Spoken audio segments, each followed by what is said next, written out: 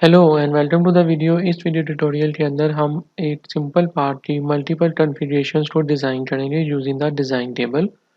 सो इस पर्पस के लिए यहाँ पे सबसे पहले तो मैंने अपने पार्ट को ओपन कर लिया है और अब मैं व्यू पे जाऊँगा और यहाँ पे हाइड शो में जाऊँगा और यहाँ से मुझे इन डायमेंशन नेम्स पे क्लिक करना है सो दैट मैं यहाँ पे डायमेंशन नेम्स को देख सकूँ। इसको मैं स्लाइड सा राइट साइड पे मूव करूँगा ताकि मैं आसानी के साथ इन नेम्स को सिलेक्ट कर सकूँ फॉर डिज़ाइन टेबल। अब मुझे इंसर्ट पे जाना है और यहाँ से टेबल्स और यहाँ से डिज़ाइन टेबल्स पे क्लिक करेंगे तो मेरे पास डिज़ाइन टेबल की प्रॉपर्टी मैनेजर के अंदर विंडो ओपन हो जाएगी। तो मैं यहाँ पे ब्लैंक सोर्स टाइप सेलेक्ट करूँगा और रिमेनिंग ऑप्शंस को यहाँ पे बाय डिफ़ॉल्ट रहने दूंगा और मेक श्योर ये ऑप्शन सब आपकी चेक हो।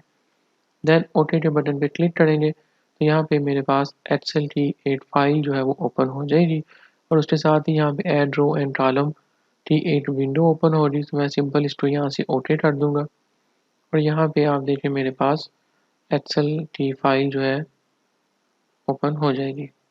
ओके सो यहाँ पे आप देखें कि मेरी एक्सेल की फाइल ओपन हो रही है। सो मैं इसको स्लाइड सा एडजस्ट करता हूँ स्क्रीन पे और यहाँ पे अब आप मुझे ये देखें सेल B2 को मैं सिलेक्ट करूँगा और सिलेक्ट करने के बाद वन बाय वन मैं यहाँ पे अपनी डायमेंशंस को ट्रांसफ़र करना स्टार्ट करूँगा। तो सबसे पहले मैं अपनी इस हाइट डायमेंशन पे डबल क्लिक करूँगा तो ये डायमेंशन ऐड हो जाएगी। देन मुझे अपर डाया की डायमेंशन ऐड करनी है। देन मुझे लोअर डाया की डायमेंशन ऐड करनी है। देन मुझे साइड रेडियस की डायमेंशन को ऐड करना है। देन मुझे साइड स्टेप जो है इसकी डायमेंशन को ऐड करना है एंड फाइनली मुझे यहाँ पे वॉल थिकनेस को ऐड करना है। इसको देखने के लिए हम इसको स्क्रीन पे एडजस्ट करते हैं और ये मेरी वॉल थिकनेस ऐड हो गई। अब मैं इसको राइट साइड पे मूव कर लेता हूँ।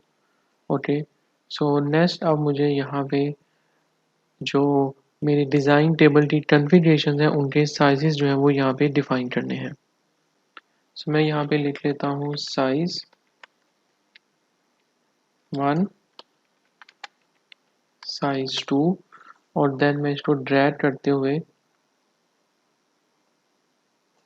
9 साइजेस जो है इससे डिफ़ाइन कर देता हूँ। सो यहाँ तक हमारा प्रोसीजर जो है वो कंप्लीट हो गया। अब मुझे यहाँ पे इनकी डायमेंशंस जो है डिफरेंट साइजेस के अंदर वो डिफ़ाइन करनी है। सो वन बाय वन हम उसको ऐड करते हैं। सो मैं इक्वल टू का साइन प्लेस करूँगा, अबव सेल का रेफरेंस दूंगा, प्लस ऐड करेंगे और जो इंक्रीज करना है मैंने इसकी डायमेंशन में 0.125 वो ऐड कर दूंगा और देन मैं सिंपल इसको ड्रैग कर दूंगा अप टू दिस साइज और यहाँ पे मेरे पास इसकी हाइट डायमेंशन की डायमेंशन वैल्यूज़ आ जाएंगी। अब मुझे नेक्स्ट सेल C4 के लिए ये प्रोसीजर रिपीट करना है। सो मैं यहाँ पे इसको सेलेक्ट करके प्लस करूँगा और इसकी डायमेंशन वैल्यू है 0.125, इसको ऐड कर दूँगा। देन मुझे अबव सेल सेलेक्ट करना है और इसकी डायमेंशन वैल्यू है 0.0625। देन नेक्स्ट के लिए मेरे पास इस सेल को सेलेक्ट करेंगे और प्लस करेंगे 0.0625। देन नेक्स्ट डायमेंशन के लिए अबव सेल को सेलेक्ट करेंगे F3 प्लस करेंगे 0.03125 और लास्ट पे जो हमारी थिकनेस की वैल्यू है इसको सेलेक्ट करेंगे और प्लस करेंगे 0.02। तो यहाँ पे मेरी इन सब डायमेंशंस की वैल्यूज़ को प्लस किया और मैं सिंपल ड्रैग करूँगा। सो यहाँ पे आप देखें कि मेरा टेबल जो है वो कंप्लीट हो चुका है। अब लास्ट पे मुझे एक्सट्रूडेड कट के इस फीचर को ऐड करना है तो सिंपल मैं इस पर डबल क्लिक करूँगा तो ये फीचर यहाँ पे ऐड हो जाएगा। अब यहाँ पे मुझे अनसप्रेस और सप्रेस की स्टेट को यहाँ पे शो करवाना है। सो मैं यहाँ पे U लिखूँगा और यहाँ पे S लिखूँगा for suppress and U for unsuppress और मैं इसको सिंपली ड्रैग कर दूँगा। सो यहाँ पे US जो है वो आ जाएगा। सो यहाँ पे मेरा डिज़ाइन टेबल जो है वो कंप्लीट हो चुका है। अब मैं सिंपल अपने इस ग्राफिक्स एरिया पे क्लिक करूँगा साइड पे तो ये देखें मेरे पास इन 9 साइजेस की कॉन्फ़िगरेशन जो है वो ऐड हो चुकी है और मैं ओके कर दूँगा। अब आप इस कॉन्फ़िगरेशन के टैब पे जाएँ और यहाँ पे जब आप साइज़ 1 पे डबल क्लिक करेंगे तो ये एग्जैक्टली बाय डिफ़ॉल्ट डायमेंशन है जो हमारा ये पार्ट था जिससे हमने इसको स्टार्ट किया था। अब मैं देखें साइज़ 2 पे जाऊँगा तो इसकी साइज़ के अंदर चेंजेस जो है आपको शो हो रही हैं। सो वन बाय वन हम इन कॉन्फ़िगरेशन पे क्लिक करेंगे।